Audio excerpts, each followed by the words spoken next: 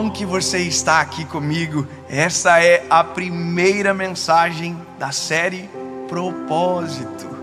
Eu tenho certeza que uma mensagem atrás da outra será uma resposta de Deus para a sua vida. Todas as segundas-feiras, às 7 horas da manhã, a gente tem um encontro aqui no canal. Não esqueça, antes de assistir o vídeo, já faça. Curte o vídeo, não esquece de comentar e manda para todo mundo. E claro, se você ainda não é inscrito no canal, se inscreva, ative o sininho, que há 3 anos, sem falhar uma segunda-feira, tem uma mensagem de Deus para você por aqui. Amém? Vamos pro vídeo. Carta de Paulo aos Colossenses, capítulo de número 3, versículo de número 17, diz a Bíblia: e quando fizerdes por palavra ou por obras, façam tudo em nome de Jesus, para a glória de Deus Pai. Tudo o que vocês fazem, tudo, façam para a glória de Deus. Quer comais, quer bebais, tudo façam para a glória de Jesus. É isso que Paulo está dizendo aqui. A pergunta é: o que conecta com o tema dessa mensagem? Qual é o propósito de Deus comigo? Porque provavelmente você entrou nessa mensagem porque o que você mais quer é essa resposta. E eu acho que, tiro a palavra acho e coloco a palavra tenho certeza, que a ausência dessa resposta é a causa de tanto problema que nós temos hoje. E talvez você pense que por não ter essa resposta você é isolado de uma maioria que sabe. E na verdade é o contrário. A maioria não sabe. A maioria ainda não entendeu. Eu fico imaginando a quantidade de reflexos que temos na nossa história, justamente por não saber responder algo que é simples, porém muito profundo. O que Deus quer comigo? Qual é o propósito da minha existência? E a ausência de resposta é dolorida, porque para pensar o que é a nossa vida sem uma resposta sobre isso, ou sem o Deus da resposta. Já parou para pensar que sentido tem a vida? Por que nascemos se vamos morrer? Por que tem gente que vive mais, gente que vive menos? Por que tem gente aqui é tão pobre? Por que tem gente que é tão rica? Por que tem crianças que adoecem tão cedo e morrem tão cedo? Já parou para pensar que a vida ela é estranha se você não ter a perspectiva correta para ver ela? Já parou para pensar que tem gente que ganha milhões e milhões e milhões e chega no final do dia, se olha no espelho e diz: o que eu estou fazendo? Eu não sei nem quem eu sou. Assim o pobre pensa igual, o rico, branco, preto, amarelo, não importa. Se nós não tivermos uma resposta sobre o básico, tudo é vão. Não tem sentido, porque tudo passa. A vida ela é absurdamente veloz e as perguntas sem respostas são maiores do que as que têm resposta. Quem somos, para onde vamos, de onde viemos. E aí a filosofia ela divaga e não chega em lugar nenhum. A ciência trabalha apenas com expectativas, com talvez probabilidades, e não chega no final da resposta. Então, para ter a resposta eu preciso ter fé. Eu preciso acreditar em algo que transcende o que eu não consigo ver com os meus olhos ainda. Por isso a pergunta do vídeo é: o que Deus quer comigo? Qual é o propósito de Deus com a minha história? E aqui ela está no singular, é a minha história. É a minha. A primeira coisa que eu quero que você entenda é que Deus não me vê como uma multidão Deus me vê como uma pessoa. Eu sou o Dave Leonardo Martins. Eu tenho 31 anos e Deus sabe quem eu sou, aonde eu moro.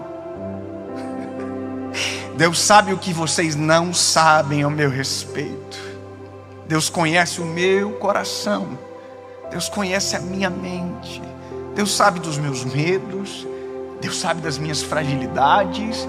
E Deus, quando me vê, Deus não viu mais ninguém. Deus viu eu. Da mesma maneira, Deus viu e vê você. Se você olhar na palma da sua mão, existem digitais nelas que ninguém tem igual. Você não foi feito numa máquina de réplicas. Você é exclusivo. A prova da existência de um Criador é que a sua criação é perfeita e não replicada. Nós somos únicos, feito à feitura do Senhor.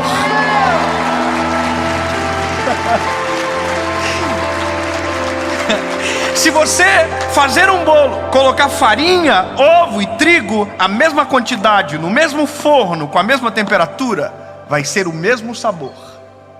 Nós não. Nós somos feitos de maneira singular.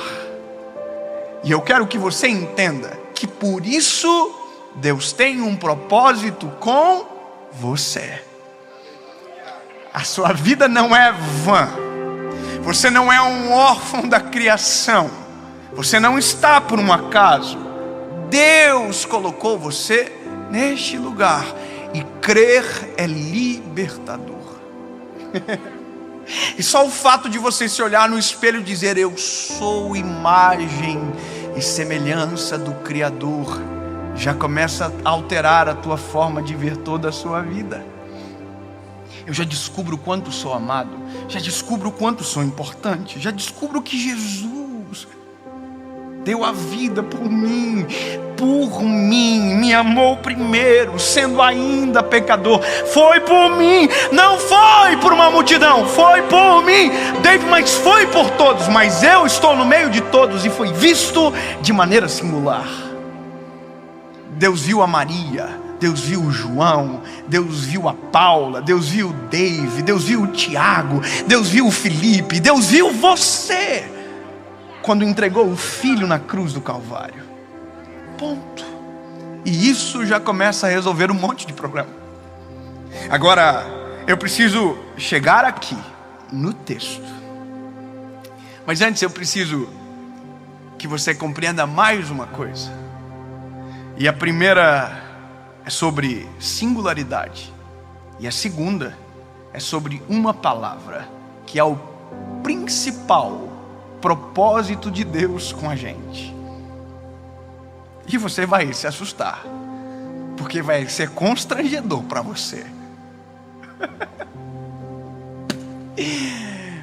O principal propósito de Deus com você é ser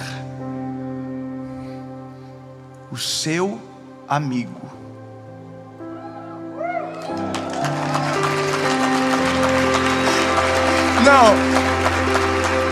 Não, muito ruim. É porque é constrangedor. Como assim? O Deus de toda a criação deseja ser o meu amigo? É exatamente isso. Doa quem doer. E essa é a maior raiva que Satanás tem de nós. É porque nós somos amigos do Senhor. Ele deseja ser o meu amigo, meu BFF, Best Friend Forever. É para sempre, para a eternidade. O Senhor me comprou com sangue precioso e deixou claro: eu não vos chamarei de servos, porque os servos não sabem o que faz o seu Senhor, mas eu vos chamo de amigos. E se você olhar em Gênesis, lá no início, a Bíblia diz que Deus criou o homem, criou a mulher, e todos os dias Ele descia no Éden para uma coisa: conversar.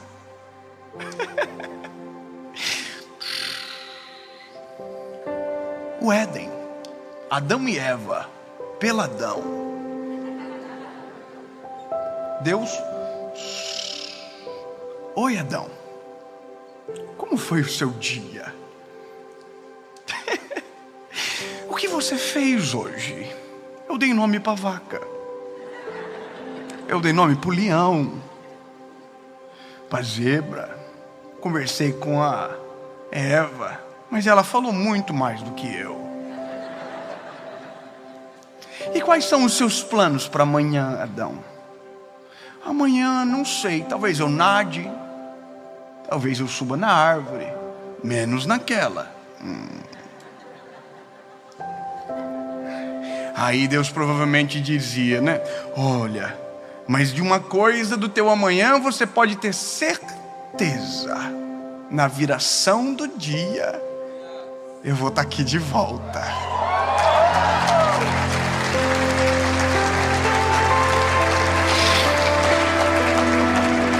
Você pode não ter certeza de nada, mas de uma coisa você pode ter certeza: todos os dias Deus está disponível para ouvir a tua oração e para falar com você. Salmo 55:17, de manhã, à tarde, ao meio-dia, clamarei e orarei, e Ele ouvirá a minha voz. Amo os que me amam, e os que de madrugada me buscam me acharão, porque minhas mãos não estão encolhidas para que não possa abençoar. E se o meu povo, que se chama pelo meu nome, se humilhar e se arrepender dos seus maus caminhos, eu do céu ouvirei a sua voz, inclinarei os meus ouvidos e sararei a sua terra. Desde sempre Deus está querendo trabalhar aqui. E a gente está preocupado o que Deus quer que eu faça, sendo que a primeira preocupação é o que Deus quer fazer junto comigo. O que eu posso fazer com o Senhor? E esse é o meu maior desafio, é me relacionar com o Senhor Jesus. Eu tive um momento com o Senhor Jesus de oração essa semana. Sabe aquele momento de oração gostosa que o tempo voa? E que se você pudesse, você deitava no chão e ficava por horas ali só sentindo aquela presença doce e agradável do Espírito Santo. Mas a minha fala com o Senhor foi: Jesus, como é bom sentir a tua presença, como é bom sentir-se amado por ti. E eu não estava pregando, eu não estava aparecendo para ninguém, ninguém me via, era só eu e o Senhor. E esse é o maior propósito que Deus tem comigo, porque se eu não tiver isso, nada disso aqui faz sentido. Se eu não tiver vida com o Senhor, nada disso tem graça. Você não tem noção o que se passa pela minha cabeça num dia como hoje. Eu choro o dia todo se deixar. Eu estou sensível, eu estou querendo viver, quero ver acontecer. Mas se eu não tiver o Deus por trás que faz isso ser possível, não tem graça. E esse é o problema. A gente está se preocupando com o que Deus quer que eu faça, primeiro do que em Deus é e o que eu sou nele. Meu amigo, e eu vou te dizer uma coisa: quando eu me torno amigo do Senhor, eu entro num caminho de descobrir o que Deus quer comigo. Porque se a dúvida é sobre a vida, eu pergunto para o autor da vida. Se a dúvida é sobre o carro, eu pergunto sobre quem inventou o carro. Se a dúvida é sobre a casa, eu pergunto por quem construiu a casa, para ele. Mas se for sobre a vida, eu pergunto para o autor da vida. E as melhores respostas nós temos dos nossos amigos. Entendeu? Essa é a primeira questão importante de se vislumbrar. E aí agora eu começo a chegar aonde Paulo disse: esse é um caminho de descobrir nossa razão, fazer tudo para a glória de Deus. E eu vou te dizer o porquê. nós somos muito desatentos. Nós não percebemos as coisas à nossa volta. Tudo que a gente faz é, às vezes, de qualquer maneira. Eu não sei com que você trabalha, mas se você entender o que eu vou te dizer agora, amanhã pode chegar uma promoção no seu trabalho. Porque talvez você vai ser totalmente diferente do que nunca foi. Quem aqui trabalha atendendo pessoas? Quem atende pessoas durante o dia? Já parou para pensar que se você atendesse as pessoas como Jesus é, você seria a melhor pessoa do seu trabalho? Mas sabe por que isso não acontece? Porque você atende as pessoas com raiva. Porque você não gosta do que você faz. Porque o que você está fazendo não era o que você queria fazer agora. E é por isso que a gente sofre tanto com algumas coisas que não era para sofrer. Porque se quem estivesse naquela posição dissesse: tudo que eu for fazer tem que glorificar o nome de Jesus, a gente teria pessoas extraordinárias trabalhando no nosso meio.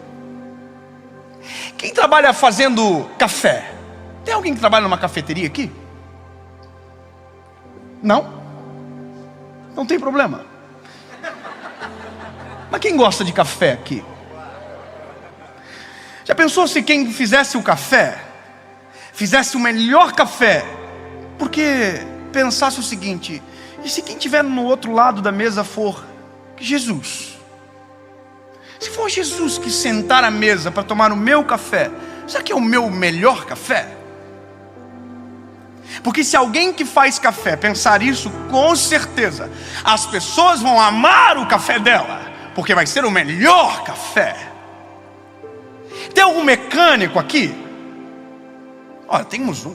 Já parou para pensar se quando você arrumasse aquele carro, você pensasse: se fosse Jesus o motorista do carro? Mas sabe por quê? É porque nós nunca fazemos pensando que aquilo que a gente faz glorifica o nome do Senhor. A gente é desatento e tudo fazemos pela metade, de qualquer jeito. E aí a gente diz: eu não encontro o meu propósito. Mas é porque o que você faz agora já não tem sentido nenhum para você. É igual quem diz que quando vai ficar rico vai ajudar. Não, não, não, não. Quando fica rico vai ficar ainda pior. Quem quer fazer bem feito faz agora. Quem quer ajudar, ajuda agora. Quem quer viver o propósito, começa vivendo agora. Em tudo o que vocês forem fazer, façam para a glória de Deus. E vocês vão descobrir o propósito de vocês de maneira rápida demais.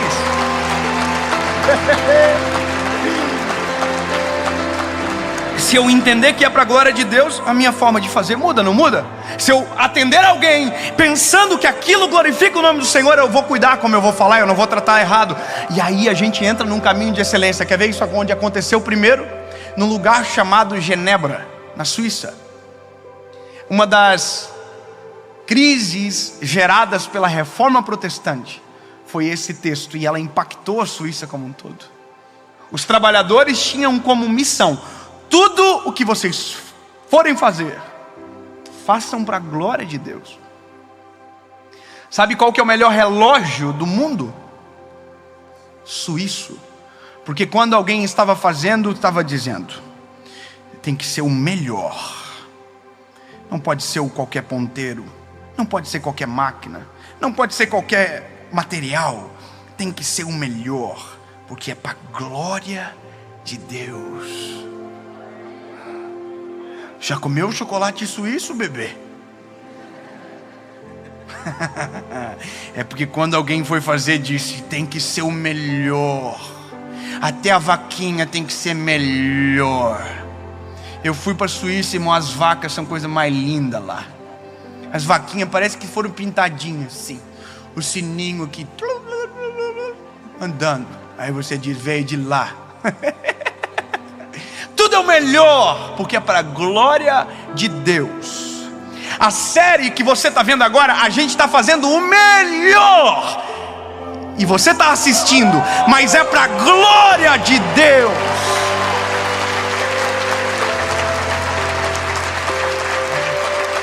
E aqui eu vou te dizer uma coisa: nesse dia, quando você entender que o que você faz agora tem que glorificar o nome do Senhor, as portas do teu propósito se abrirão, para que você chegue no lugar de excelência onde Deus preparou para que você seja completamente pleno naquilo que o Senhor desenhou sobre você.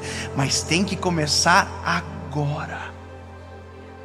Agora, eu quero dizer para você, tudo que você for fazer, seja atender um cliente, seja servir um café, seja varrer o chão, seja fazer o que quer que seja, faça para a glória de Deus, que provavelmente você será o melhor, o seu café será o melhor, o chão mais limpo será o chão que você varreu. Tudo que nós fizemos para a glória de Deus se torna o melhor. E quem faz o melhor, vive o melhor. Simples e claro como a luz que brilha. Eu vou terminar, porque o final disso é uma vida descoberta do Senhor. Alguém vai dizer para mim o seguinte: David, eu não sei qual é o meu propósito. E aí eu vou dar uma última palavra, um último conselho. Sabe aonde está o propósito seu? Sabe onde? Dentro de você. As nuances do teu propósito já estão implantadas dentro de você. Eu vou melhorar. Você acha que é possível exigir que uma macieira dê pêssego? Sim ou não? Não, porque ela nasceu para dar maçãs. É isso. Lembra que eu disse no início da mensagem, Deus fez você. Então tem algo em você que só você pode dar. E Deus não vai requerer de mim aquilo que Ele colocou dentro de você. Portanto, não se vive o propósito copiando o modelo que está dando certo para alguém. Se vive o propósito olhando para dentro de si. O que Deus tem para mim? Qual é o projeto de Deus? E enquanto você não descobre, tudo que vocês forem fazer, para não correr o risco de errar, façam para a glória de Deus. Em nome de Jesus, Pai, nós oramos pela nossa geração, para que a compreensão seja a prática.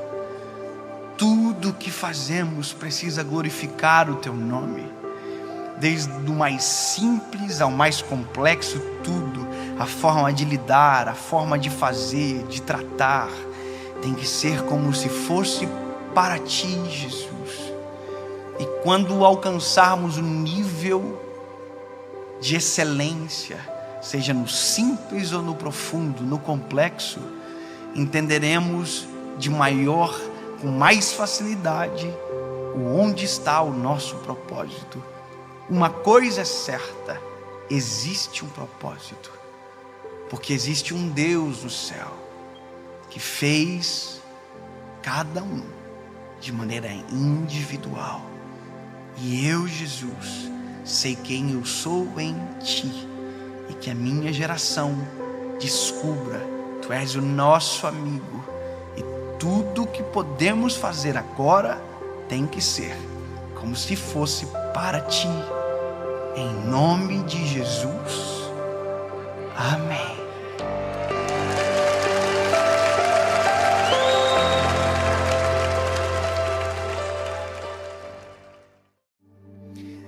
Deus colocou algo no meu coração para essa noite, e nós estamos em uma noite memorável aqui, com pessoas aqui assistindo, pessoas na internet, na Rede Super. E sabe, uma das preocupações do meu coração é trazer algo que o Senhor quer, porque seria mais fácil eu escolher aquilo que domino, talvez para impressionar alguém. Aliás, mas isso eu já desisti faz muito tempo. Eu sempre digo que eu gostaria de pregar aquelas mensagens, sabe, chique, com exegese, promelese, essas coisas tudo que eu não sei nem o que significa direito, mas não é a minha praia. E parece que quanto maior o lugar, mais simples é a mensagem que Deus coloca no meu coração. Parece só para dizer: filho, aprende que sou eu que faço, não é você.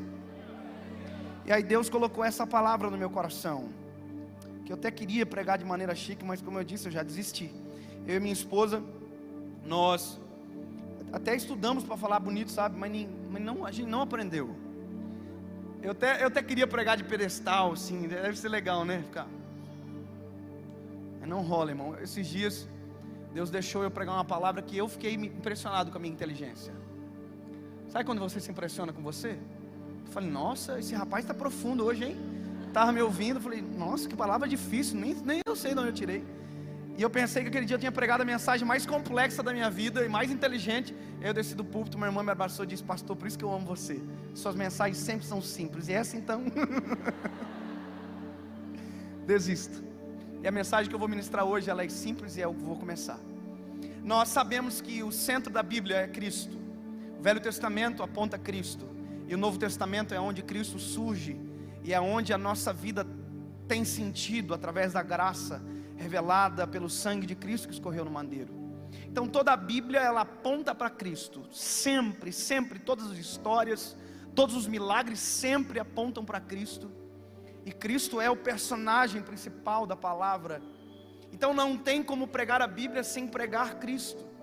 Só que tem coisas na palavra que ficaram, que Jesus deixou para nos provocar algumas reflexões. Tudo que Cristo faz no Novo Testamento, Ele faz para cumprir aquilo que os profetas do Velho Testamento profetizaram acerca dele. Então quando eu acabei de ler aqui sobre a entrada triunfal lá de Jesus em Jerusalém, obviamente nós pensamos: que humildade, que homem simples. E claro, é isso mesmo. Porém, quando Jesus entra em Jerusalém montado em um jumento, Ele não está só montado em um jumento porque quer. Ele está para cumprir aquilo que Zacarias capítulo 9, versículo 9 profetizou sobre Ele, dizendo: exultai, ó Sião, porque o teu Salvador vem montado em cima de um jumento, filho de uma jumenta. Ou seja, Ele vela para cumprir a sua palavra. Então tudo que Jesus faz, Jesus está cumprindo a palavra. Jesus não veio para cumprir um paradigma de um fariseu. Jesus não veio para atender a expectativa de alguém. Jesus veio para cumprir a expectativa do Pai, antes revelada sobre a vida dele. Então quando Jesus caminha na terra, Ele caminha segundo o Pai ordenou do céu. Tudo que Ele fez apontou Deus, e tudo que Deus ordenou antes apontou Cristo. É mais ou menos assim. Só que se você ler Zacarias capítulo 9, versículo 9, o detalhe é o jumento.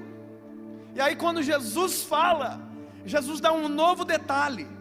Sabe, Jesus não está não cumprindo a profecia. Jesus está cumprindo a profecia e nos apresentando um detalhe. E esse detalhe é tão simples que nós lemos e é um milagre extraordinário. E você viu, porque você está aqui, que ninguém deu um glória a Deus, mas no texto que nós lemos há um milagre de Jesus. E a gente não percebe, porque a gente é menino de prédio, a gente é criado no Anoninho, no Sucrilhos Kellogg's, não, nós é criado nesse daí, então a gente não percebe. Mas deixa eu dizer uma coisa: se eu for pregar no Nordeste, lá no interior, essa palavra, eu terminei de ler, tem gente batizada em 18 idiomas de língua estranha. É que você não entendeu direito. Mas se eu pregar isso aqui numa cruzada evangelística lá no meio do Maranhão, não vou conseguir pregar, porque é o fato de ler que alguém vai falar assim: você viu o que ele falou? Está na Bíblia, a gente não viu.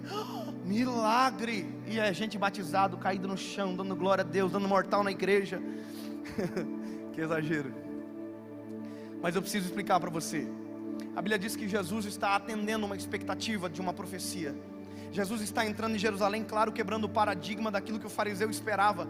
Enquanto os fariseus estavam dentro dos templos dizendo: o Messias vem, o Messias estava passando na rua, em cima de um jumento. E ele estava lá dentro dizendo: um dia o Messias vai voltar, um dia, perdão, ele vai vir. E o Messias estava passando, curando, libertando, transformando. E dentro do templo ele estava dizendo: talvez um dia ele vai vir. E o Messias estava andando sobre as águas, o Messias estava repreendendo, o Messias estava fazendo aquilo que ele sabe fazer. Então a quebra do paradigma é: um rei entra num cavalo branco. O nosso rei entra em cima de um jumento para cumprir a profecia. Só que parece, né, legal, né? É até bonito falar isso aí. Mas a Bíblia diz que Jesus faz uma coisa. Jesus diz o seguinte: olha, vocês vão entrar numa vila que está à frente, e vocês vão encontrar um jumento amarrado. Esse jumento nunca foi montado. Tragam para mim esse jumento que está amarrado, que nunca foi montado, que eu vou usar ele. Tá bom. Aí os dois discípulos entram em Jerusalém, entram na vila antes de Jerusalém, e eles encontram exatamente aquilo que o mestre falou. Tem um jumento amarrado. E a Bíblia diz que quando eles estivessem amarrando o jumento, apareceu os donos do jumento, e que quando perguntasse o que queria com o jumento, dizer: Jesus quer. Tá bom. E é exatamente isso que acontece. Eles estão desamarrando o jumento, e os donos do jumento aparecem. Mas vocês querem com o jumento? Estão desamarrando ele. Aí eles dizem: não, Jesus quer o jumento. Ah, tá bom, pode ir. Aí eles pegam o jumento, que nunca foi montado, trazem até Jesus. E quando chega até Jesus, eles colocam um tapete em cima do jumento. Jesus sobe no jumento e entra em Jerusalém.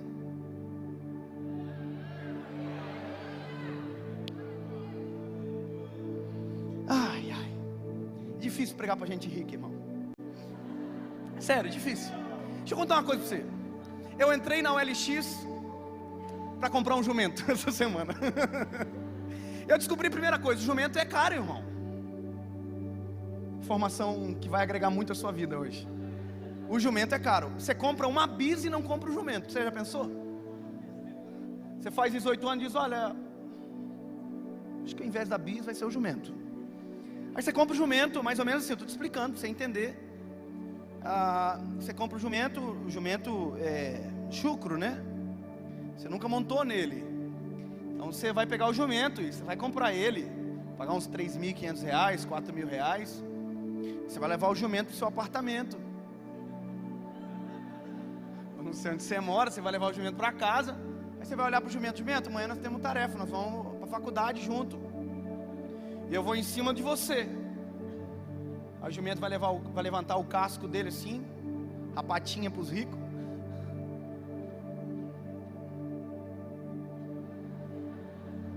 Em mim você não monta, não.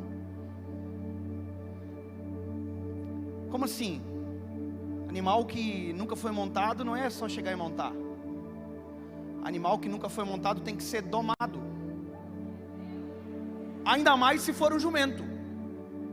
O jumento é um dos piores animais para se domar que existe, porque ele é um jumento.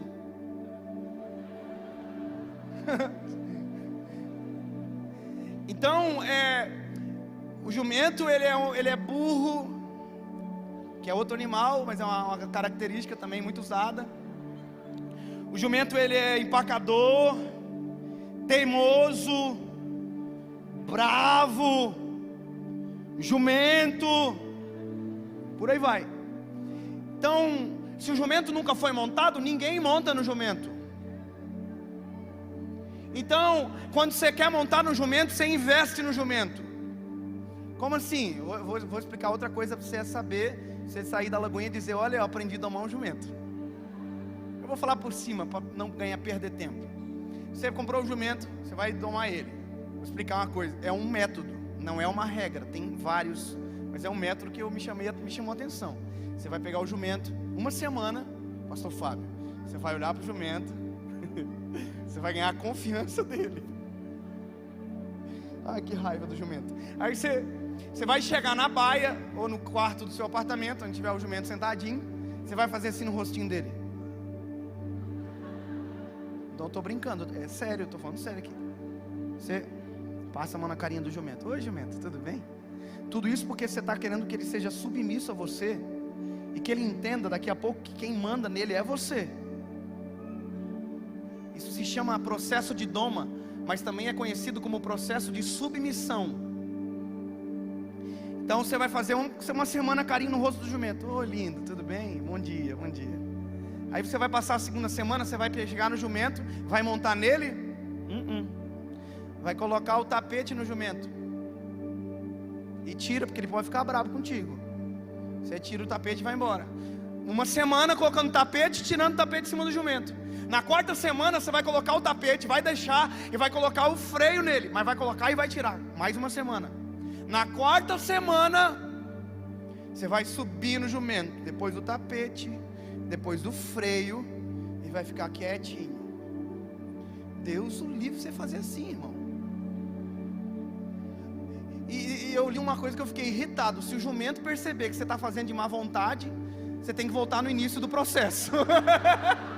Já pensou você voltar na semana lá do carinho do jumento? Oi, lindo, eu te amo, eu estava falando a verdade. Irmão, na quarta semana o jumento está fazendo assim, você já está apaixonado, obviamente. Só que na quinta semana você vai subir nele, vai fazer assim, e talvez ele não ande, porque ele é um jumento, ele é empacador, ele é teimoso, ele é bravo, ele é difícil de se submeter, ele é difícil de deixar levar, ele é difícil de se sentir amado, ele não confia. Aí a Bíblia conta que um dia Jesus ia entrar em Jerusalém, e Jesus falou assim para 2 discípulos: olha, vocês vão entrar numa vila, e vocês vão encontrar um jumento que nunca ninguém se assentou. Ele vai estar amarrado. Aí vocês vão chegar e vão desamarrá-lo. Mas quando você estiver desamarrando, alguém vai aparecer e vai dizer: o que vocês querem com o jumento? Aí vocês dizem: Jesus quer.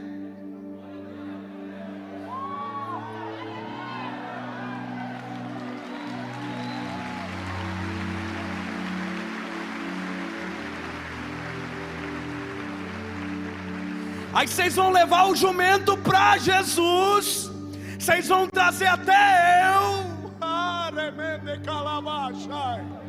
Aí o jumento trouxeram até Jesus, colocaram um tapetinho nele, Jesus subiu no jumento e entrou em Jerusalém.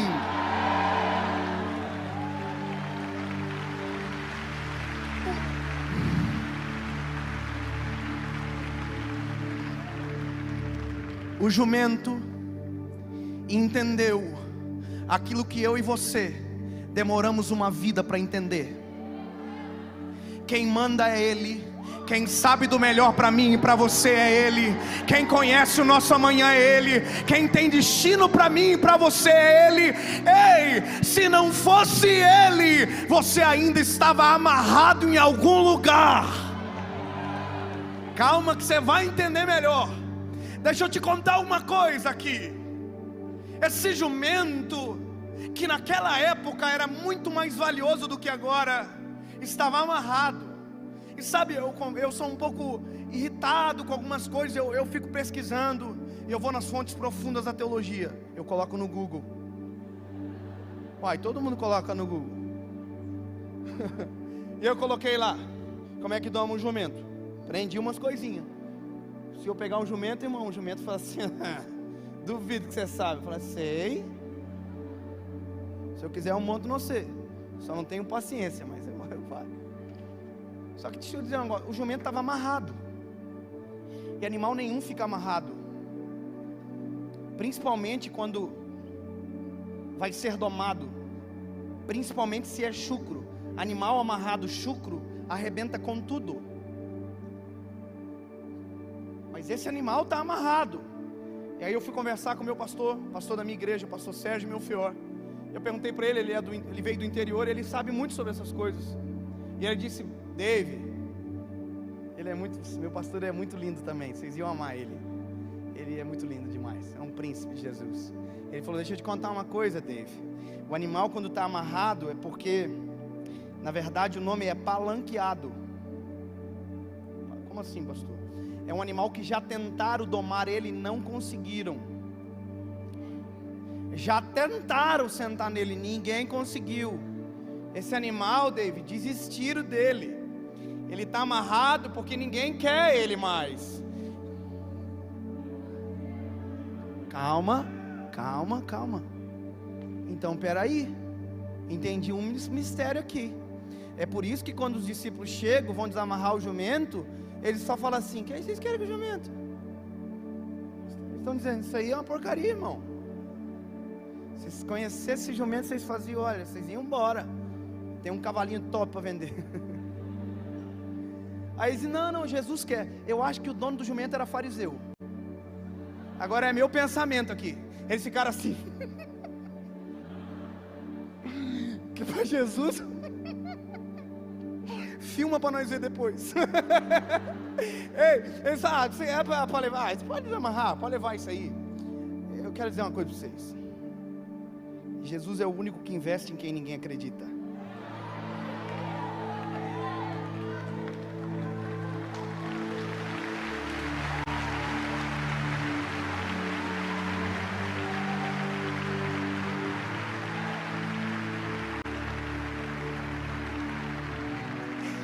Quando eu imaginei que eu pregaria em Batista Lagoinha, Jesus é o único que investe em quem ninguém na moral. Quando eu imaginei, Ele é o único que olha para mim e para você e enxerga o que ninguém enxergou. Ele olha e diz: dá para usar, eu vou usar. Ei, eu vou usar você, eu vou usar você, eu vou usar você. Vai entender, alguém que gosta de gente que ninguém suporta. Para pensar.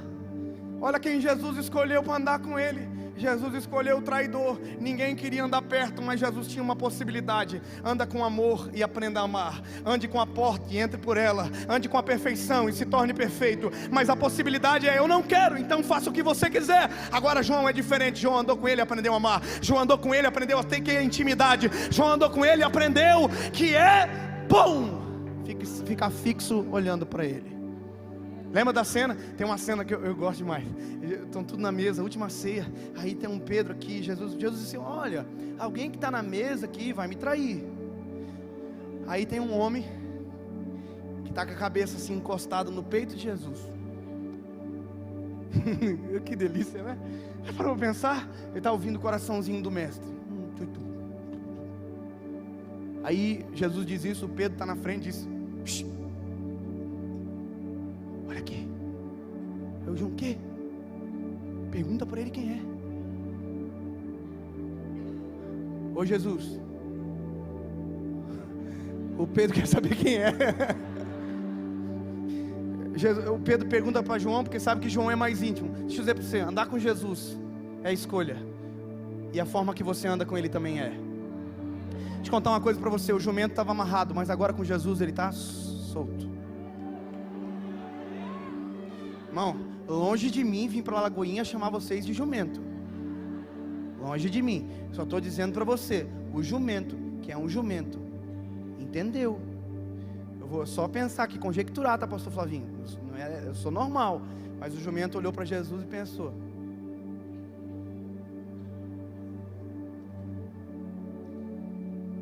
a minha natureza é forte, mas dele é mais.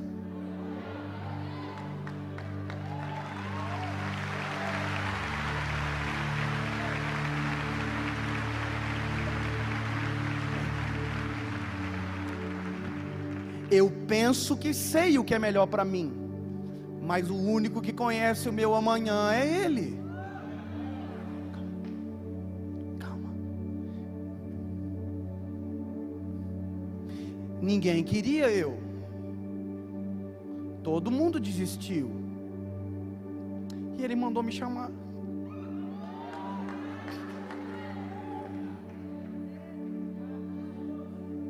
Sabe de uma coisa? Eu vou largar a mão do seu jumento. Pode subir, Jesus. Eu estou contigo. Deixa eu dizer uma coisa para você aprender uma vez por todas: para de bater de frente com o amado.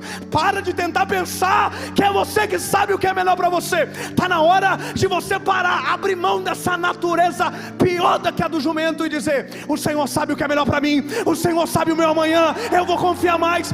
Pode tomar conta. Você está dizendo para Ele: eu até sei alguma coisa, mas quem sabe o melhor para mim é você. Provérbios 16: o coração do homem pode fazer planos, mas a resposta vem do Senhor. Provérbios 27: Há caminhos que para o homem parecem direito, o fim dele é a morte. Provérbios capítulo 14, versículo 12. Ei, Provérbios 27 que diz: não presumas o dia de amanhã, pois não sabes o que ele trará. Está na hora de você tomar vergonha na cara, parar de desconfiar, parar de ficar reclamando no Facebook, postando polemiquinha lá. Está na hora de você dizer: ei, para com isso, para e dizer: Senhor, a partir de hoje não mais vivo eu, mas o Senhor vive em mim.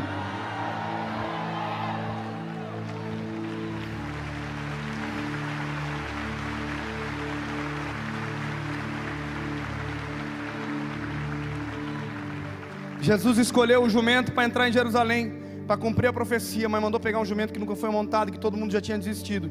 Aí Jesus sobe no jumento e entra para Jerusalém. Aqui, esse aqui é bonito, né? É bonito. Eu te conto uma coisa. É bonito falar isso? É bonito, mas não é fácil. Pastor, não é fácil, pastor Fábio. Entregar o caminho para o Senhor não é fácil. Entrega o teu caminho no Senhor, descansa nele, tudo ele fará. É difícil. Ei, Salmo 37 é difícil, porque a gente é humano. Se tem uma coisa que o ser humano gosta é controle. Entregar para Deus é dizer: perdi o controle. Difícil, hein, irmão? É muito difícil.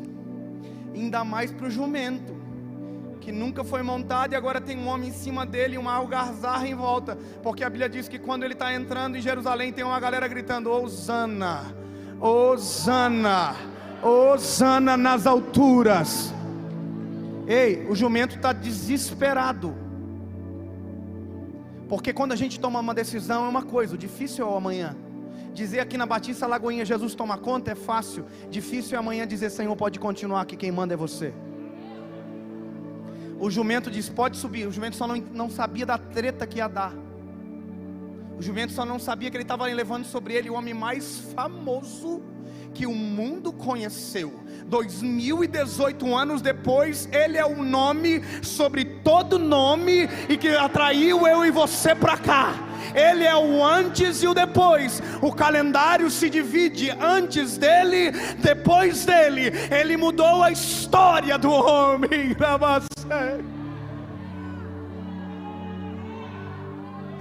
O jumento está entrando em Jerusalém, aquela galera está assim: Hosana nas alturas. E aí a Bíblia diz que quem está empolgadaço mesmo começa a jogar os tapetes na frente do jumento, irmão. O jumento está assim: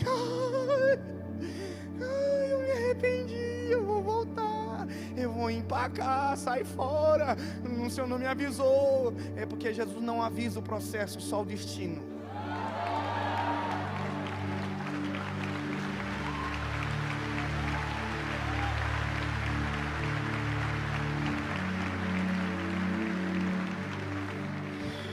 Eu estou ficando perigoso. Eu estou sentindo uma presença de Deus tão poderosa nesse lugar.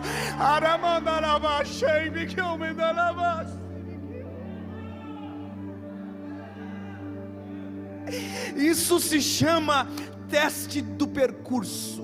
Posso te contar uma coisa? Eu e minha esposa estudamos 5 anos numa faculdade. 5 anos para ser advogado, eu e professor, e minha esposa para ser juíza. 5 anos estudando. Minha família, ninguém fez faculdade. Eu fui o primeiro a me formar numa faculdade.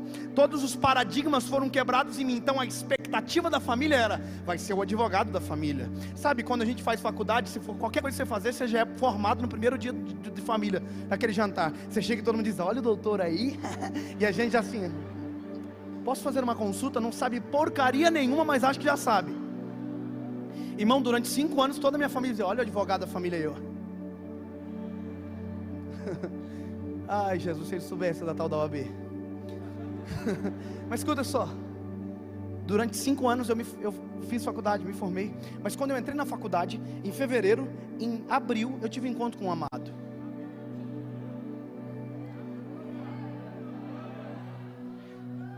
Aí pastor Fábio, estava abandonadinho. Pensava que tinha moral, mas já tinha perdido toda a graça de viver. Pensamentos de morte, depressão. E ele falou assim: chama o menininho lá. Chama o Davinho, aquele menininho lá, aquele doidinho lá. Ninguém dá muita moral para ele não, mas eu vejo nele algo que ele não sabe ainda. Um dia 5 de maio, eu vou levar ele para pregar numa igreja bem grande no Brasil. Então tem que começar a preparar ele agora. chama ele aqui. Aí eu cheguei na frente dele e eu tive que tomar uma decisão. Eu pensei, até agora aqui eu não tinha nada não, né? Eu ia casar, não tinha uma bicicleta, nenhuma bicicleta mesmo, irmão. Não tinha nada, não tinha um papagaio para dar o piste, não tinha nada. Aí venha pensando, eu estou destruído, e nele eu tenho esperança. Eu não conheço sobre o amanhã, e Ele desenhou o meu futuro desde o dia que a minha mamãe soube que eu ia nascer. Porque eu pego o que Ele disse para Jeremias: antes que tu se formasse no ventre da tua mãe, eu já te conhecia. A gente é meio metido mesmo, eu fico pensando isso. Eu falei assim, estava desesperado, falei, então Senhor, pode tomar a direção. Só que aí que está o negócio. Eu tomei a direção e eu nunca imaginei que Ele ia dizer para mim: não quero que você seja um advogado. Se eu imaginasse, ia ser muito difícil. Eu nunca imaginei que eu ia ter que romper com todas as expectativas da minha família para atender uma expectativa do céu ao meu respeito. No começo eu dizia, eu abri mão de tudo. Depois eu aprendi, eu abri mão de nada e abracei tudo.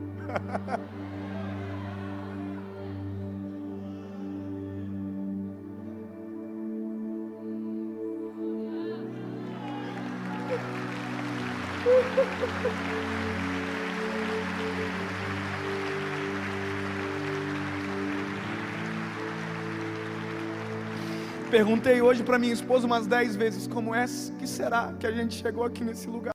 Saímos de uma congregação de bairro da minha cidade para estar hoje na maior igreja, a referência do Brasil inteiro e fora da nossa nação. Como é que será que chegamos aqui? Dia 23 de abril de 2009, eu mirei para cá. Até então eu estava amarrado.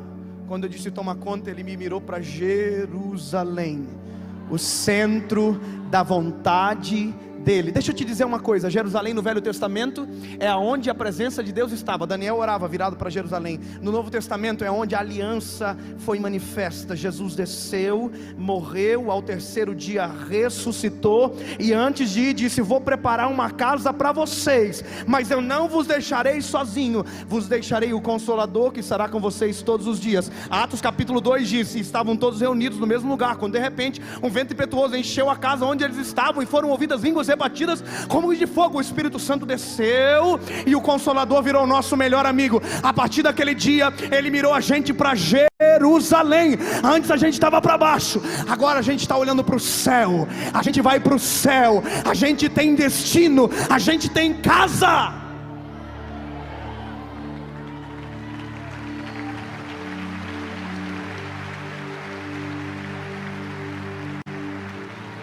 Eu preciso resumir uma coisa, meu tempo está acabando. O teste é o percurso, o teste é amanhã, porque não significa que você fazendo vai ser pregador. Significa que quando você diz para Ele, quero que o Senhor mande, o Senhor será, você moça, moço, será aquilo que Ele quer que você seja. Quando eu estava no dia da minha formatura, durante 5 anos, tem amigos meus da faculdade assistindo agora. Eles sabem, durante 5 anos eu dei palestra na faculdade para virar professor no final. Eu sou filho de pobre, nunca ninguém foi para a faculdade, tinha que ter o QI, o que indique para entrar ser professor. Então eu criei um know-how, eu criei uma estratégia. Durante 5 anos eu dei palestra, e no último semestre eu fui chamado para fazer o discurso de formatura. Então no dia da minha formatura eu estava vestido igual de beca, aquelas coisas top, chique, bonito. Minha mãe tirou 5.000 fotos comigo, nunca viu eu tão lindo na vida. Verdade. E aí, eu estou fazendo um discurso de formatura, eu estou dizendo aquelas coisas chiques, né? Olha, daqui sairão a esperança de uma nação.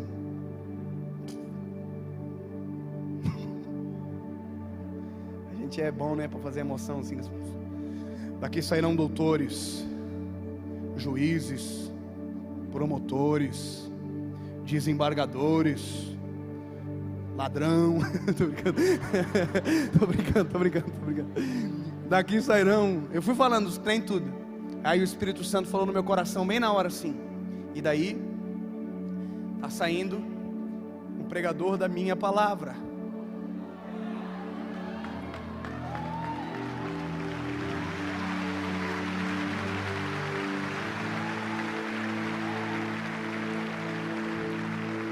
É fácil para você aplaudir, não estudou 5 anos? É fácil para você não ter que falar para a mãe: mamãe, não vou ser advogado não, vou ser pregador. É fácil porque você não viu o que eu ouvi. Gente falou que eu ia passar fome, sabia? Falaram que eu ia envergonhar minha família. Um dia falaram para mim que o meu foguinho era de palha. Falaram também que eu ia envergonhar a minha esposa Paulinha. Você é inteligente, menina, que você não casou com um homem inteligente também. Eu tive que ouvir tanta coisa. Tive que orar para Jesus, falar com a minha mãe, para ela parar de dizer para mim que eu podia abrir um escritório e pregar também. Eu tive que fazer, olha irmão, até um dia que eu vivi um milagre. Eu descobri que eu estou indo para Jerusalém. E que um dia eu vou chegar em Jerusalém, e que lá serão explicadas todas as minhas perguntas. Mas enquanto eu não chego lá, eu tenho a plena certeza de que quem está me levando sabe o endereço. Quem está me levando para lá sabe o que eu preciso. Quem está levando eu para lá sabe a minha necessidade. E ei, não preciso de nada, porque tudo o que eu preciso eu recebo dele. Posso contar uma coisa para você? Pode aplaudir o Senhor Jesus, pode aplaudir. Vou terminar. Ouviu o que eu falei? Eu vou terminar. Eu aprendi que quando a gente fala que vai terminar, 70% volta a atenção. Então eu vou terminar. Talvez não, mas eu vou terminar. Ó, esse aqui é a coisa mais difícil. É quando o jumento entra e eles começam a jogar os tapetes na frente. O jumento está perturbado porque é tudo muito novo. E agora é um teste para ele tomar a decisão de voltar para trás. O senhor já tem vontade de parar, pastor Fábio? Já, né? Já teve, pastor Flavinho? Vontade de falar assim, sabe de uma coisa? Isso não vale a pena. Dá, né? E já passei cada coisa. E advogado voltando para casa com 13 reais de moeda no bolso, irmão, não ter dinheiro para pagar a balsa. E é difícil uma esposa que se formou em direito ia ser juíza dentro de um uninho bem velhinho, com guarda-chuva fora do carro, porque o queimador para-brisa queimou, limpando para eu chegar numa igrejinha desse tamanho, para pregar e ir para casinha com a mãozinha na frente ou atrás. É difícil, oh, como é difícil ir igreja com gente famosa cantando, e você sendo um coitadinho e dizer, pode ir para casa, que depois a gente leva você para jantar outro dia, e a gente bem envergonhadinho no carro, porque não era ninguém, e saber que tinha gente comendo melhor, só porque a gente não era conhecido. É difícil. Chega uma hora, Marcão, que eu dizia assim, sabe de uma coisa, eu não estudei para ser trouxa dos outros, eu não estudei para pregar para gente que não vale a pena. Aí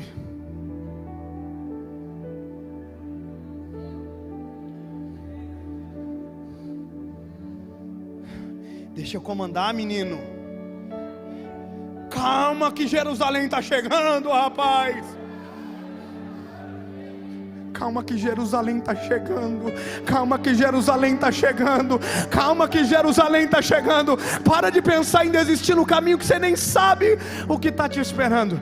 O jumento chegou em Jerusalém. Eu termino agora. Eu vou ter que resumir aqui. O jumento chegou em Jerusalém. Chegou no destino. Agora eu vou inventar. Posso inventar? O jumento chegou no destino. Jesus desceu. A jumento foi para casa. Chegou em casa. Estou inventando, não está na Bíblia. Rede Super, não está na Bíblia. Estou inventando. Não está na Bíblia, tá? Mas depois vão dizer heresia. Estou inventando, não está na Bíblia. O jumento foi para casa. Chegou em casa e disse, mãe, estou famoso em Jerusalém, mãe. Meu, a senhora não sabe. Eu fui entrar em Jerusalém, mãe. Todo mundo me aplaudiu. Meu, mãe, ficar de pé. Gritaram Osana, meu nome nem é Osana. É, meu filho, como é que foi não? Um homem mandou me chamar. Jesus é o nome dele. Subiu em cima de mim. E falou que era para nós ir para Jerusalém. Deu umas tretas no caminho, mas eu cheguei lá. Tá bom. Passou o tempo, 2, 3 semanas, o jumento chegou em casa de novo, todo machucado, arrebentado. Disse: mãe, não estou entendendo nada que está acontecendo na minha vida, mãe. O que foi, filho? Foi entrar em Jerusalém de novo, me bateram, me surraram. Aí a mãe do jumento olhou para ele e disse: filho, aquele homem que entrou com você na primeira vez estava junto? Aí ele disse: não. Pois é, filho, é que sem aquele homem de cima, você é só um jumento.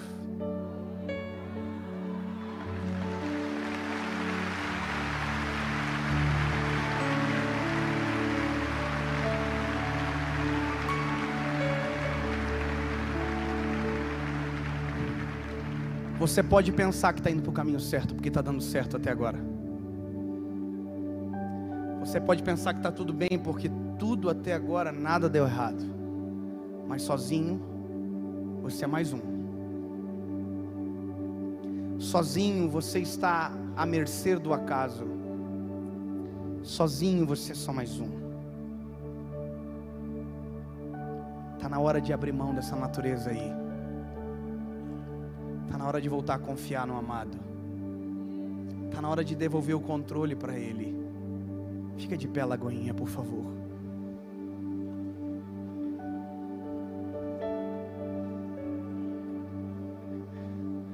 Está na hora de você viver os melhores dias da sua vida. Está na hora de você viver aquilo que nunca teria capacidade para sonhar. Está na hora de você viver um plano perfeito, extraordinário, poderoso e que não combina com você. Está na hora de você dizer para o Senhor: toma conta.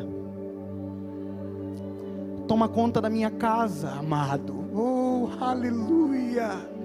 Toma conta da minha vida, Senhor. Toma conta do meu futuro. Toma conta de todas as minhas expectativas, Senhor. Eu devolvo aquilo que tirei das tuas mãos. Pode tomar conta.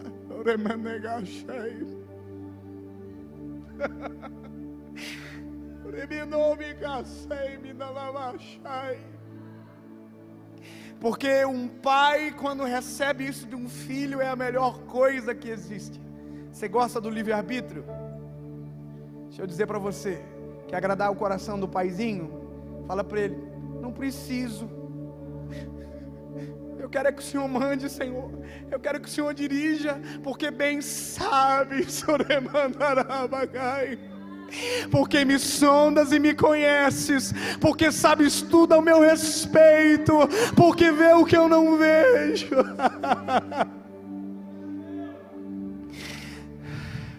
Está na hora de devolver, filho. Eu vou dizer para você até você entender. Esse jumento entendeu. Entenda de uma vez por todas. É só uma coisa que o amado deseja: devolva o controle. Devolva o controle. Devolva o controle. Devolva o controle. Devolva o controle. Devolva o controle. Devolva o controle. Devolva o controle. Leremene calabashou e me dalabashei.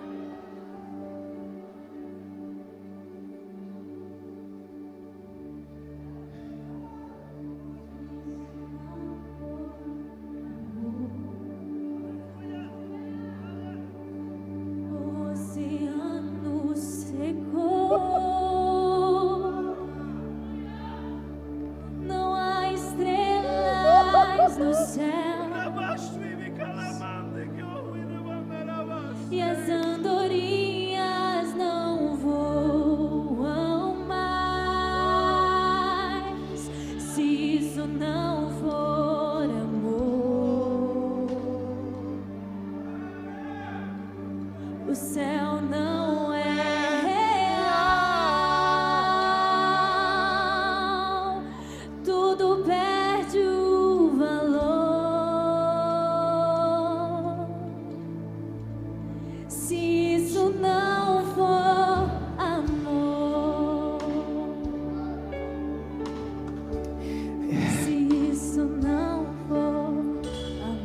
Deixa eu dizer para você uma coisa. Quando nós entregamos um controle, eu vou fazer uma coisa, eu preciso fazer. Aliás, não é eu que vou fazer, é você que se entendeu e quer, vai fazer. Quando nós entregamos o controle para alguém, nós entregamos olhando nos olhos. Mas quando se trata do Senhor, a gente mostra que entregou quando se rende. Quem doma um animal só sabe que ele entendeu que quem manda é quem domou quando o animal se rende. E há uma posição de rendimento. Enquanto eles cantam, se você deseja se render, tome essa postura. Você entendeu?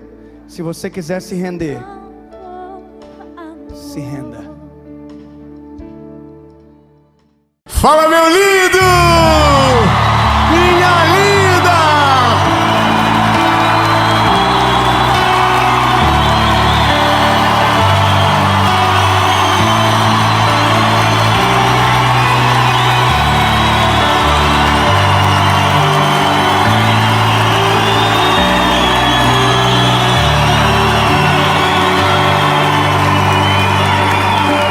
Aleluia! Glórias ao nome de Jesus. Essa série não é num lugar comum. Essa série está sendo gravada em Canoas, no Rio Grande do Sul.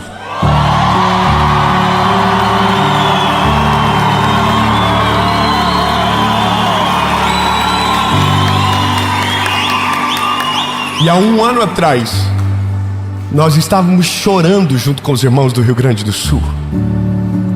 Nós estávamos desesperados com tudo aquilo que estava acontecendo aqui. E hoje eu volto aqui para ver isso com os meus olhos, para celebrar aquilo que o Senhor está fazendo, para celebrar aquilo que Ele ainda vai fazer e que vai ser ainda maior. Aleluia! E eu tenho um recado para te falar aqui. Uma prestação de contas. No ano passado, quando tudo aconteceu aqui no Rio Grande do Sul, a nossa associação evangelística mobilizou e nós tínhamos mais de 100 voluntários servindo aqui. E hoje, pela primeira vez, eu vou fazer uma prestação pública de contas do que foi feito e do que foi enviado para cá. Você só precisa celebrar, não precisa agradecer, porque nós não fizemos nada disso sozinhos. Nós fizemos com um país que nos ajudou. Foram mais de 2,5 milhões de reais levantados. Então hoje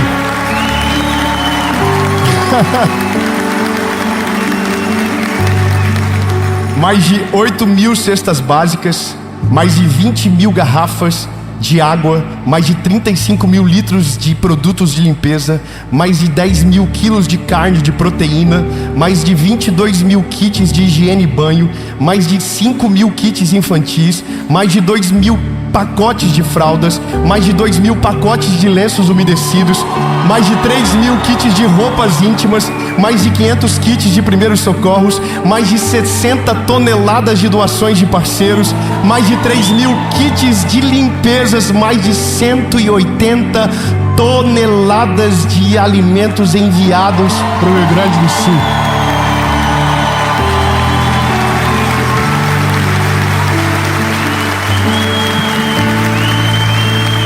E eu só queria que você soubesse disso. Tudo isso aconteceu porque o Brasil ama o Rio Grande do Sul. Nós amamos os nossos irmãos do Rio Grande do Sul. Muito obrigado pelo amor que hoje vocês me recebem aqui nesse lugar. E para você que está em qualquer lugar do país agora, do mundo, vendo essa série, eu quero dizer que também você pode fazer parte da nossa associação evangelística. Você pode ser um voluntário, você pode ser um doador, e eu vou deixar as informações aqui abaixo. Mas para você que está aqui agora, e para você que está aí também, eu tenho uma palavra de Jesus para o seu coração.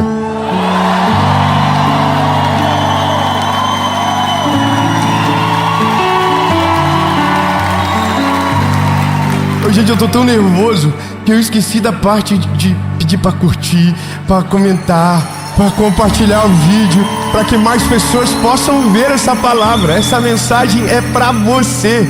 Nada quebrado, nada faltando, nada fora do lugar. Ei, lindo, fala para você, diga: meu 2025, essa será a realidade. Nada quebrado, nada faltando, nada fora do lugar. Aleluia.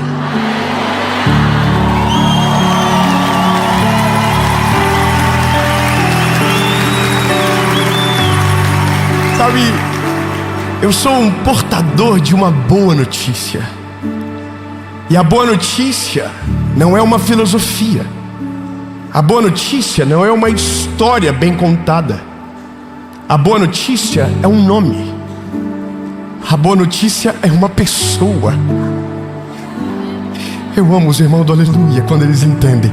A boa notícia é um homem, é um nome que está acima de todo nome.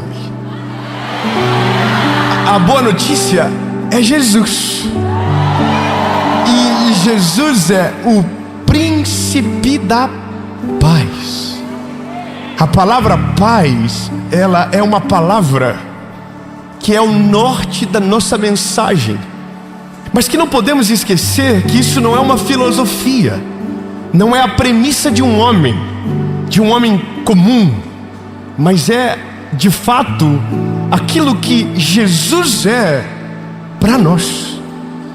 Eu confesso para você que essa expressão, nada quebrado, nada faltando, nada fora do lugar, e que hoje vejo muitos homens de Deus usando, eu compreendo o poder dessa palavra. Mas quando fui pego por ela pela primeira vez, eu tentei entender aquilo que havia de correlação com Jesus de verdade. Que não fosse só algo que acontecesse fora, mas algo que acontecesse de fato aqui dentro, sabe? Eu vi uma música, e foi nesse dia que eu fui apresentado essa expressão pela primeira vez, um louvor. E o louvor dizia: nada faltando, nada quebrado, nada fora do lugar. E eu acho que eu falei para alguém, e o algoritmo leu o que você fala. E aí apareceu um meme de uma mulher falando com uma pessoa que é um amigo meu, com o Paulo Vieira. E ela dizia: olha aí, Paulo Vieira, depois que você falou nada faltando, nada fora do lugar, não tem mais nada aqui em casa, tudo que estava estragado foi tirado. Eu achei sensacional. O brasileiro, ele é especialista em interpretar coisas certas da maneira errada.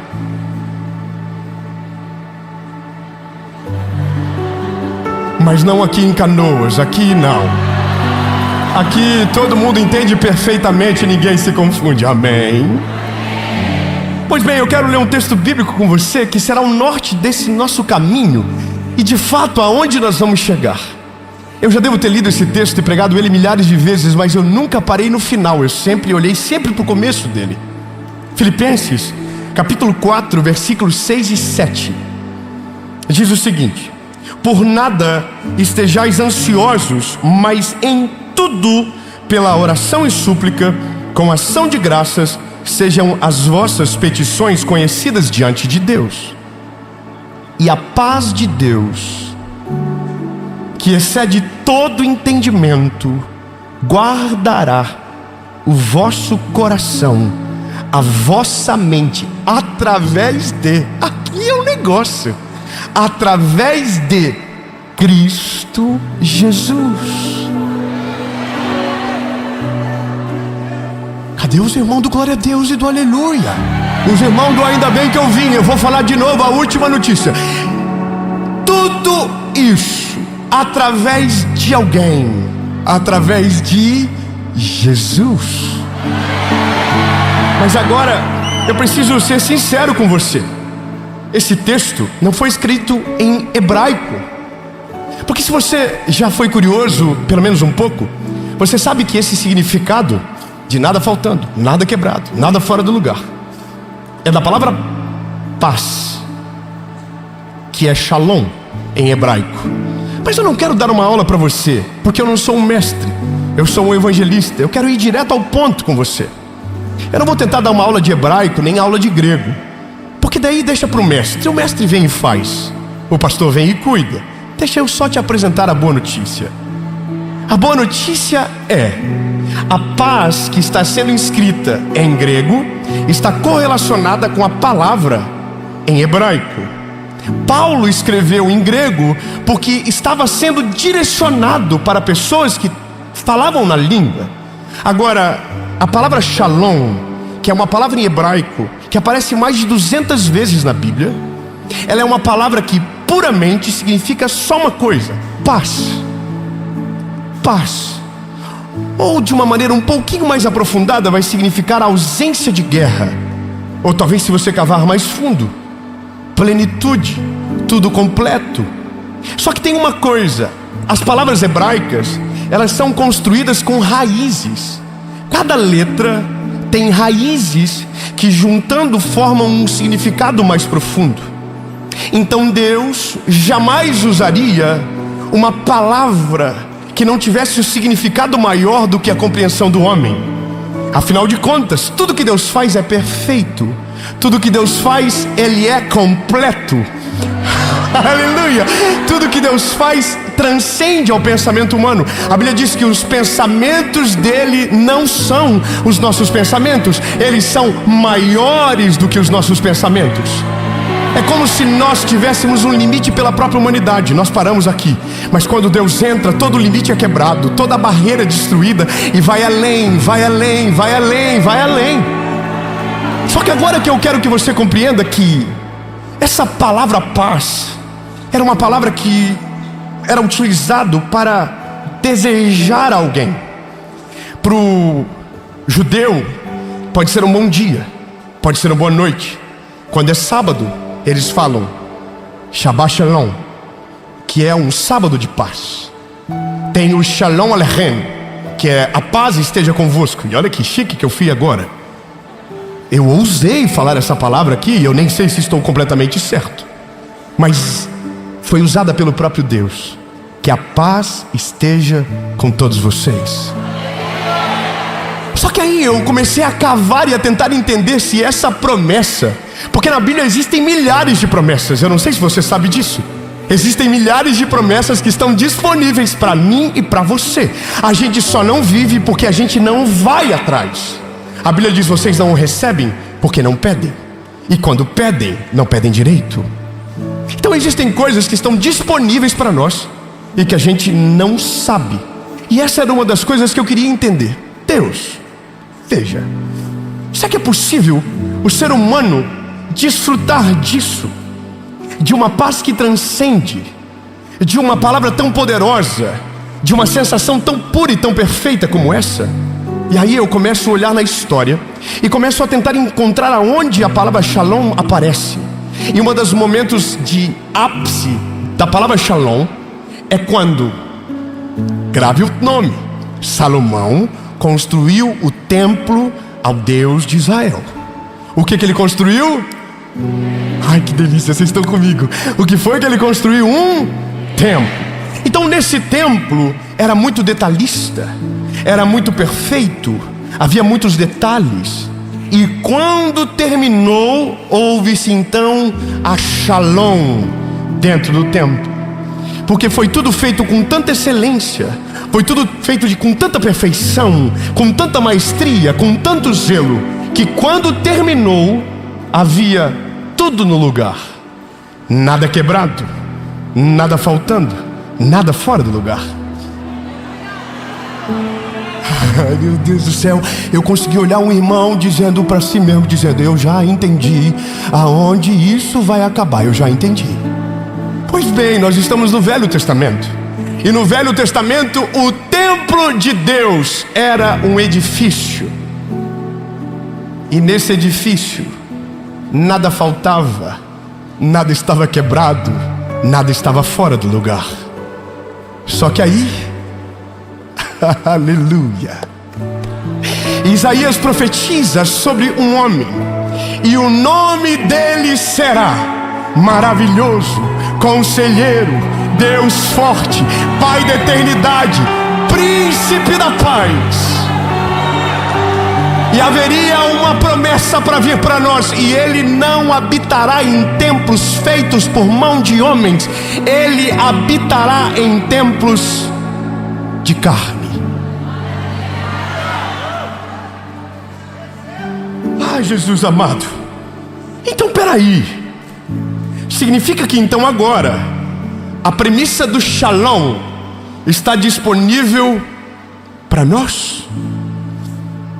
Olha para um templo perto de você e diga para ele: se Jesus entrar de verdade dentro de você, não haverá nada quebrado, nada faltando, nada fora de lugar.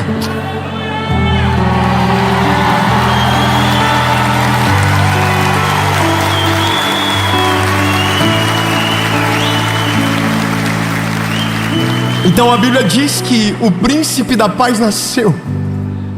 Oh, aleluia. Nasceu numa manjedoura, contrariando tudo aquilo que os fariseus esperavam. Um homem que viesse para restaurar a pureza do templo, um homem que era de linhagem real, de alta fluência política. Mas aí veio Jesus, que não veio para atingir a expectativa de um homem, mas para cumprir a palavra que havia sido profetizada sobre ele. Não um rito de homens, mas uma palavra pura, uma palavra perfeita. Então, uma mulher chamada Maria recebe uma visita dentro da casa dela, e um anjo chamado Gabriel trouxe a notícia: e você dará à luz o nome a um filho, e dará o nome dele de Jesus, e o principado estará sobre os seus ombros, e o reino dele não terá fim. Então esse homem levantou a voz e começou a pregar aos 30 anos. E quando começou a pregar, milagres começaram a segui-lo, maravilhas começaram a se manifestar no meio do povo. Oh, aleluia! O cego via, o surdo ouvia, o paralítico andava, o endemoniado era curado, o leproso era purificado. Ele fez o que ninguém fez, ele agiu como ninguém agiu, ele tocou em quem ninguém tocou, ele foi para quem ninguém foi.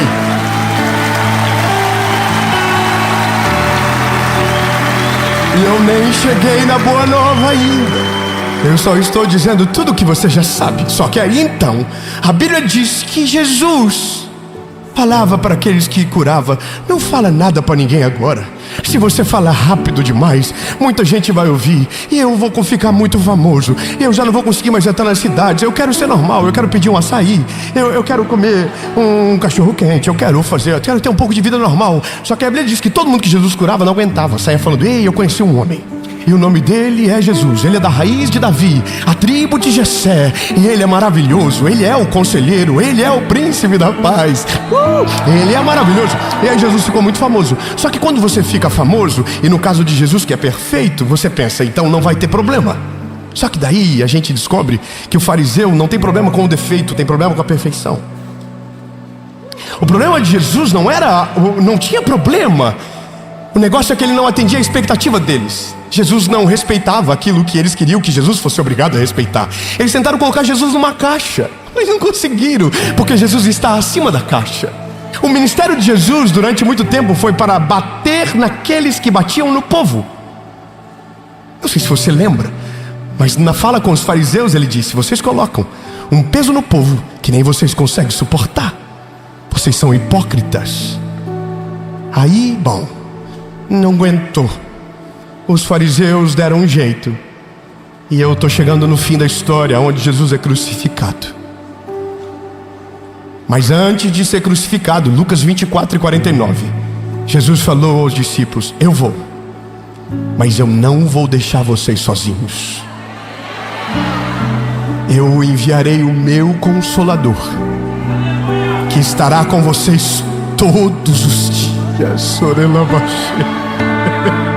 Meu amigo maravilhoso, eu estarei com vocês todos os dias. Bom, tudo isso depois de ele ressuscitar. Ninguém deu glória a Deus, eu vou só falar de novo. Ele morreu e ao terceiro dia ressuscitou. Então já não era um Deus normal, era um ex-morto.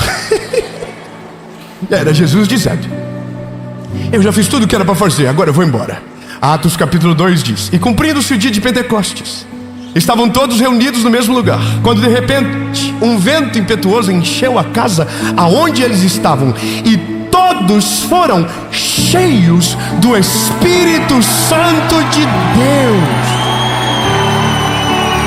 E o que é ser cheio do Espírito Santo de Deus, lindo? É ser cheio de Deus. E qual é o atributo de Deus? Nada quebrado, nada faltando, nada fora do lugar. Quando Ele entra na nossa vida, tudo aquilo que está quebrado começa a ser consertado dentro de nós. Oh, aleluia. Tudo aquilo que estava faltando, que havia um eco na nossa alma, que nada conseguia preencher, nada, nem dinheiro, nem absolutamente nada, nem ninguém, nem relacionamento humano, nada preenchia. Então Ele entrou, e aí agora você diz: eu não sinto mais falta de nada.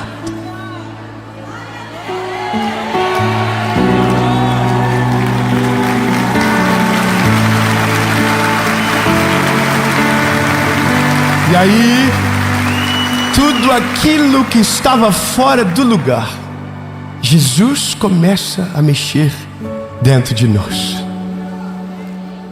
Aleluia,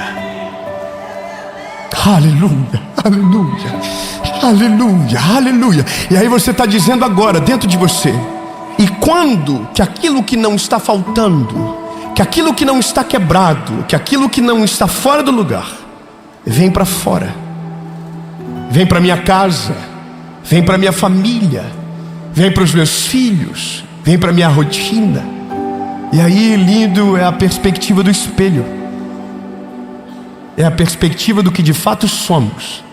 Somos imitadores de Jesus. Somos cristãos. Somos pequenos reflexos de um Deus perfeito. Somos imitadores dele. Então, se a premissa dele é nada faltando, significa que ele supre tudo. Nada fora do lugar significa que ele é organizado e nada fica sem acabar. Nada quebrado significa que ele conserta todas as coisas à volta. Então, quando estamos cheios dele, a nossa vida se torna o reflexo daquilo que a gente carrega. Eu não sei se você está entendendo o que eu estou declarando sobre você aqui nesta noite, mas eu quero declarar então com todas as letras: em 2025, se o Senhor Jesus estiver dentro do seu coração, Ele que é o príncipe da paz, não haverá nada faltando, nada quebrado, nada fora do lugar. Nada quebrado, nada faltando, nada fora do lugar. Nada quebrado, nada faltando, nada fora do lugar. Nada quebrado, nada faltando, nada fora do lugar. Mas antes de ser a realidade que os seus olhos irão enxergar, será a realidade que o Espírito Santo irá produzir dentro de você. Eu preciso ser sincero: nós estamos desejando que aquilo que está fora esteja de acordo com a política que estamos declarando. Quando eu digo política, é a expressão na espécie de um mantra, naquilo que queremos declarar para que seja de fato a nossa vida. Não adianta nada você dizer para fora: nada quebrando, nada faltando, nada fora do lugar. Eu vou ser bem direto com você. Não adianta nada você declarar para fora, você declarar sobre a sua casa, você declarar sobre a sua vida: nada quebrado, nada faltando, nada fora do lugar, se tudo aqui dentro tiver quebrado, faltando e fora do lugar. Antes de Jesus fazer alguma coisa na sua realidade, Ele precisa fazer alguma coisa dentro de você. O convite do Evangelho não é deixa eu arrumar a sua casa, é deixa eu arrumar o seu coração. Não é deixa eu prosperar a sua vida, é deixa eu trazer paz e alento para o seu espírito e salvar você de você mesmo. Então não é sobre estar... como eu posso te explicar isso? É porque nós estamos tão focados no que os nossos olhos enxergam, que nós esquecemos que existe algo aqui dentro que precisa urgente ser tratado. Apocalipse capítulo 3, versículo 20. O príncipe da paz está chamando. Eis que eu estou à porta e bato. Aquele que ouvir a minha voz e abrir a porta, eu entrarei e farei morada.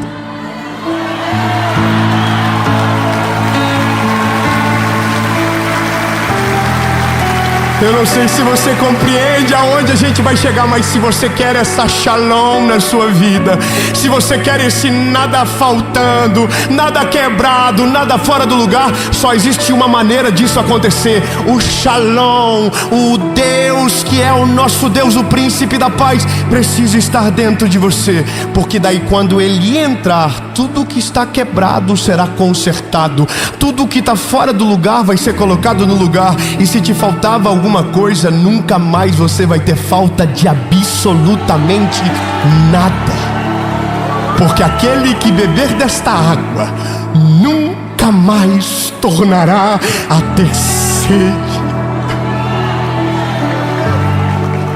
Não é uma promessa vazia sobre você, meu lindo, é uma promessa da palavra.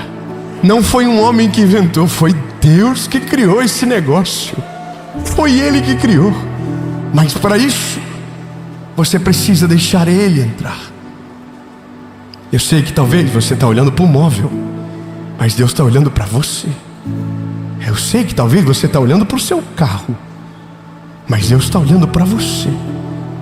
Eu sei que às vezes você está olhando para as cortinas da casa, mas Deus está olhando para você. Posso ser sincero? Que se exploda todo o resto.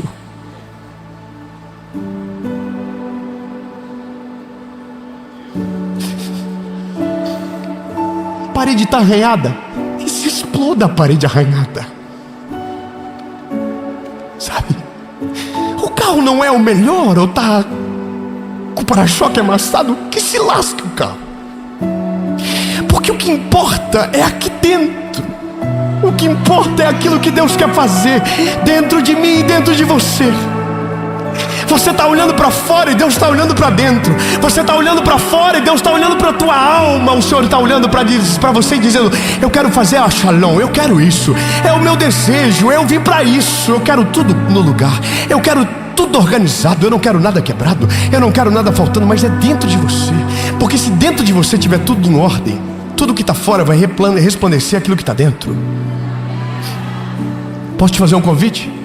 Está na hora de você entregar sua vida para Jesus logo, lindo. 2025 só será o ano da shalom de Deus na sua vida se o seu coração tiver uma propriedade, se o seu coração for a posse dele. Porque se isso for a sua de realidade, a sua vida, aí sim você vai ter a autoridade de declarar sobre tudo à tua volta. Mas lembre-se, começa aqui e depois vai para cá. Eu vou fazer 2 perguntas e com você cabe a resposta. Dave, eu reconheço que dentro de mim tem alguém faltando. Eu reconheço que tem algo quebrado, que foi o meu pecado que quebrou, e que está tudo fora do lugar porque as minhas decisões levaram eu para esse estágio da vida. Mas hoje eu quero entregar a minha vida para Jesus. Se você nunca tomou essa decisão, hoje é o seu primeiro dia. Hoje é o seu primeiro dia, você que está aí. Hoje é a sua primeira vez. Mas se você já viveu essa shalom em partes, algo foi consertado, você já não sentia mais falta, mas abandonou, tirou ele para fora. Mas hoje você está aqui ouvindo essa mensagem. Você está aí agora ouvindo, dizendo: eu quero de volta. Eu quero de volta o que eu perdi. Então o convite é para você. Nada quebrado, nada faltando, nada fora do lugar. Entenda? Em nome de Jesus, em 2025, seu coração, sua casa, sua família, seus negócios, se Jesus, que é o príncipe da paz, o autor do shalom verdadeiro, estiver com você e dentro de você, essa vai ser a sua realidade. Nada faltando, nada quebrado, nada fora de lugar. Você crê nisso? Nada faltando, nada quebrado, nada fora de lugar. Mas tudo isso depois que você deixar Ele fazer isso aqui dentro primeiro. Se a sua resposta for sim, aonde você estiver no 3, você vai levantar a mão. Tenha certeza, porque ao reconhecer isso, você está dizendo que está quebrado, que está faltando e que tem coisas fora do lugar. Mas a boa notícia é que eu não sou o fariseu, eu sou o amigo da galera dele. E eu quero que você volte logo para Jesus. Eu sei que Ele pode todas as coisas e Ele vai fazer. Então, se a sua resposta for sim, no 3, levante a mão. E se você estiver online, aonde você estiver, feche os seus olhos e ore comigo. E depois deixa no comentário que você tomou a decisão. 1, 2, 3.